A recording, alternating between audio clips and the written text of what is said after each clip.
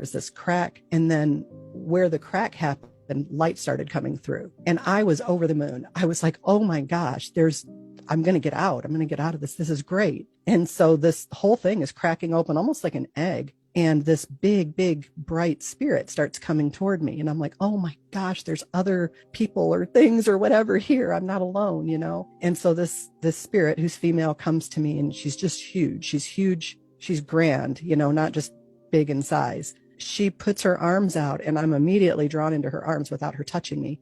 And she's holding me to her chest, and the darkness is breaking apart in shards. And she's got this like whirlwind of energy that's going around us. And as the shards would come and hit her energy, they would be flung off, and then they would be gone. They couldn't fly around anymore. They disappeared. And so she was like, just with her energy, casting away the darkness, and it just was getting brighter and brighter. And I'm crying, like ugly crying. I mean, I was just overwhelmed that there was somebody there, and I didn't initially know who she was. And so I'm freaking out. And she says, calm yourself, dear one, just in her mind. And I hear it in my mind. I always tell people, if you've ever had surgery, when they start giving you that drug to put you to sleep, you can't fight it, but you feel it course through you. And that's what it was like. It was like her words broke down and coursed through my body and caused exactly what she wanted to have happen to happen. And so then I was calm, and I thought, okay, who is she? She's so familiar. And so I look up, and she's got these brilliant green eyes, and I look up further, and then on the top of her head, it looks like flames, and it's this orange red hair.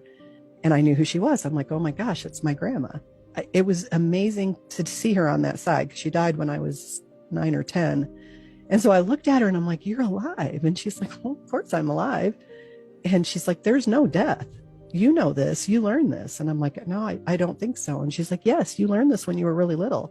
Remember, she says, energy can't be created or destroyed. It just changes forms. That's God's law borrowed by man. And I was like, of course, that makes perfect sense.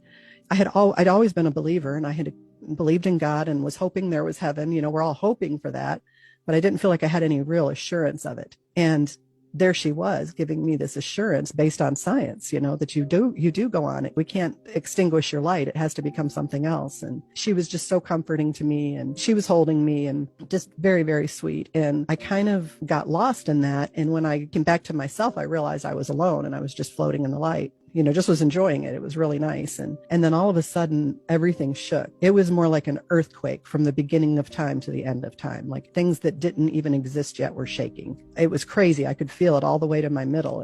And I knew it was God. And so I immediately tried to start thinking of good things that I had done, because I'm like, he can read my mind.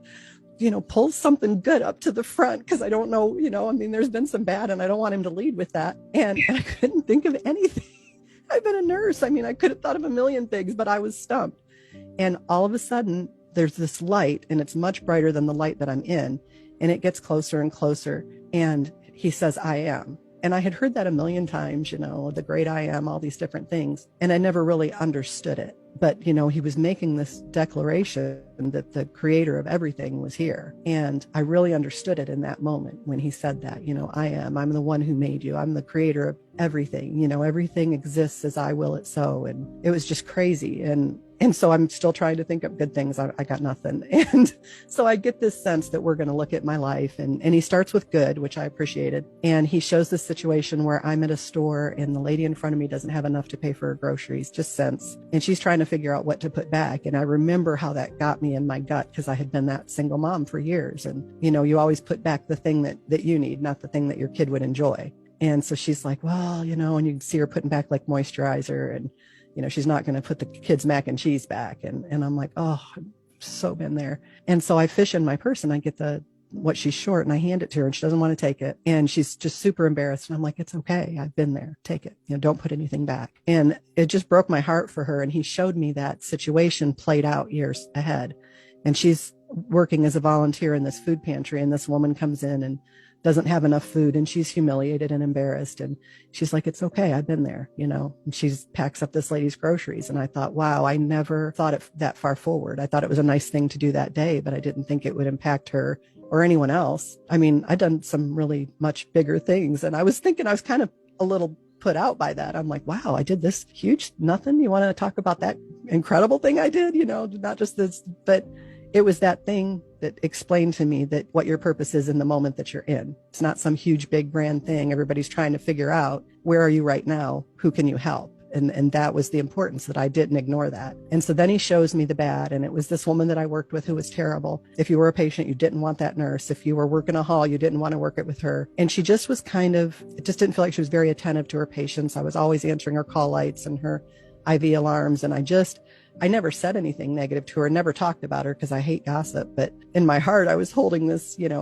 over her. And God flashed back and showed me her whole life and showed me the things that her dad had done to her for years. And I mean, it was amazing that she wasn't a psychopath. And here, having been used in her whole life, what does she decide to dedicate her career to? Helping other people. And I'm like, is she doing a great job? No, but I mean, considering where she came from, she's doing great. And God's like, you have to control your thoughts. You're having all these negative thoughts about her, and that has energy, and you're putting it on her, and you're making it harder for her to be who I intended her to be. You're chaining her.